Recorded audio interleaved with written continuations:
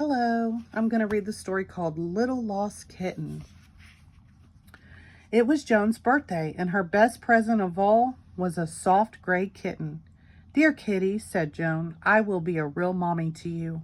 So she got a doll's dress and began to push the kitten into it. The kitten didn't like that one bit and tried to run away. Joan caught the kitten, put it into her little doll buggy, and raced around the room, but the kitten clawed and squealed, so she had to stop. "Perhaps you need a nap," Joan said. So she prepared a little doll bed and tucked the kitten in, with its head on the little pillow and a sheet and blanket over it. Then she put out the light and went off to supper.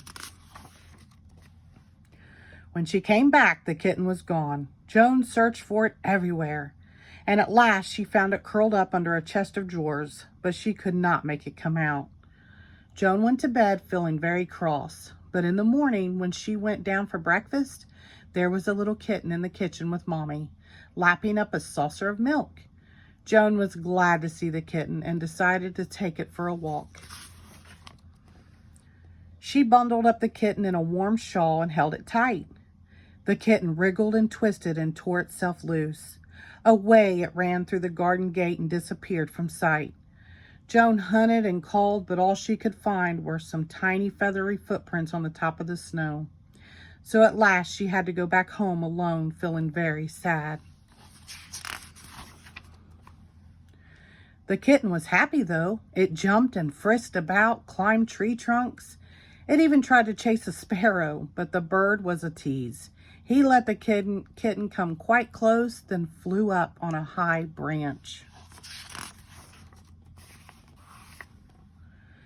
It was fun to frolic in the big woods, but soon the kitten realized it had quite lost its way.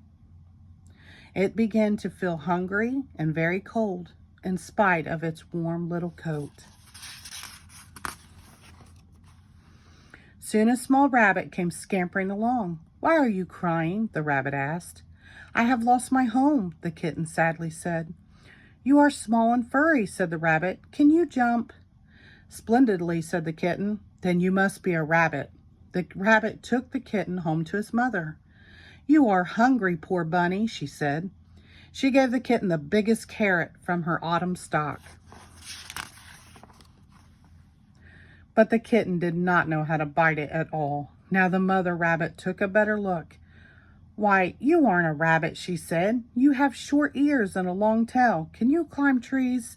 "Oh, yes," said the kitten. "Well," said the mother rabbit, "then you must be a squirrel." The squirrels lived in the hollow of a tall oak tree. Mother rabbit knocked on the trunk, and she said she had brought home a lost baby squirrel. "Let it climb up here," the mother squirrel said. The kitten got up, but it was a hard climb. "Here are some nuts," said the busy mother squirrel. "Feed yourself." Poor kitten.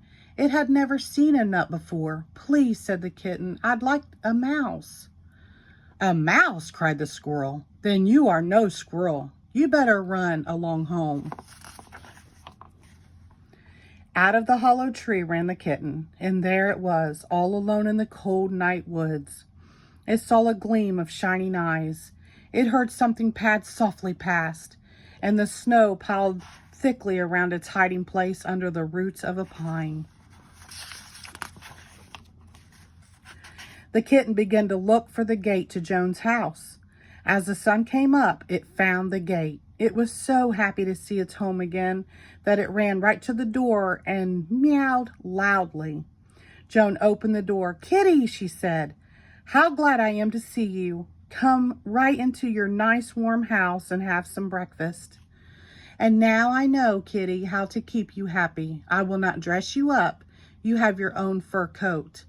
I will not play with you like a doll. You have games of your own." Then Joan gave it a treat to eat and some yarn to play with. "Meow," said the kitten happily. In the evening, Joan tied a red ribbon around its neck. At bedtime, the kitten followed Joan up to her room, curled up at the foot of her bed, and purred itself to sleep. Oh, the end. Thank you.